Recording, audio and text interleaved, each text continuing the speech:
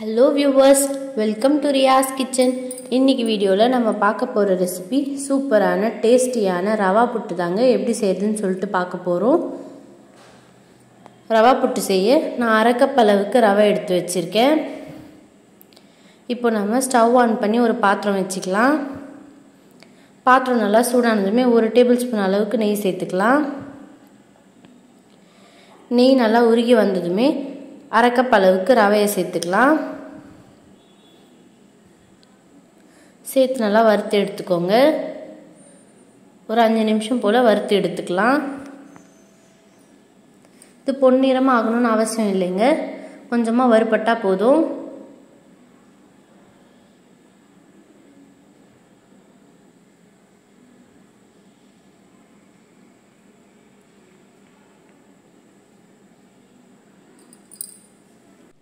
இந்த பதத்துக்கு வறுத்து எடுத்துக்கோங்க. இப்போ ஸ்டவ் ஆஃப் பண்ணிட்டு 1/4 டேபிள்ஸ்பூன் அளவுக்கு சால்ட் சேர்த்து கொஞ்சமாக 1 டேபிள்ஸ்பூன் அளவுக்கு தண்ணி சேர்த்து நல்லா கலந்து எடுத்துக்கோங்க.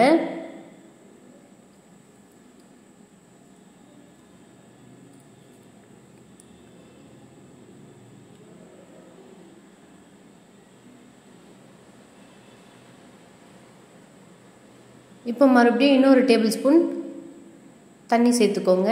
சேர்த்து நல்லா கலந்து எடுத்துக்கோங்க.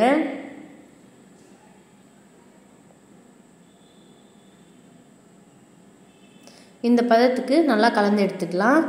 இப்போ நம்ம ஸ்டவ் ஆன் பண்ணி ஒரு பாத்திரத்தில் தண்ணி சேர்த்துக்கலாம்.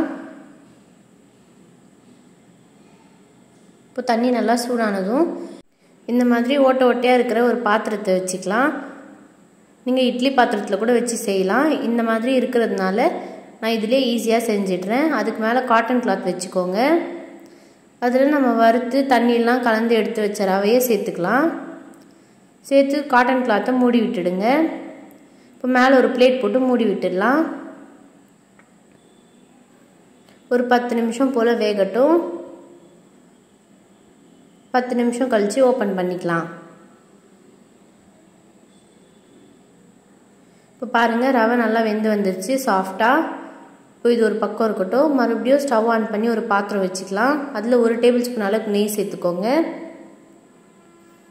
ஒரு 5 பல் முந்திரியை உடச்சி சேர்த்துக்கோங்க. நெய்யிலே நல்லா வறுத்து எடுத்துக்கலாம்.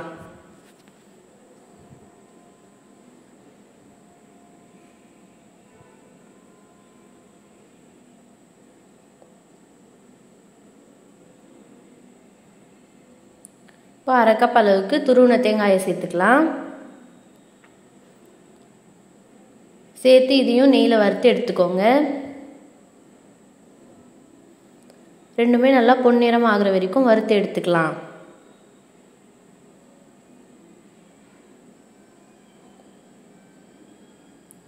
இப்போ பாருங்கள், கலர் நல்லா சேஞ்ச் ஆகி வந்துருச்சு. இப்போ ஒரு மிக்சிங் பவுலுக்கு நம்ம வேக வச்ச ரவையை சேர்த்துக்கலாம். சேர்த்து நல்லா கலந்து விட்டுக்கோங்க.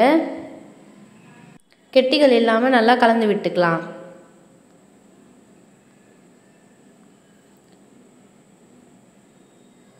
இப்போ அதில் 1/2 கப் அளவுக்கு சர்க்கரை சேர்த்துக்கோங்க. அது கூட நெய்யில் வறுத்த முந்திரி தேங்காயை சேர்த்துக்கோங்க. சேர்த்து நல்லா கலந்து விட்டுக்கோங்க. எல்லாமே நல்லா மிக்ஸ் ஆகிற அளவுக்கு கலந்து எடுத்துக்கலாம்.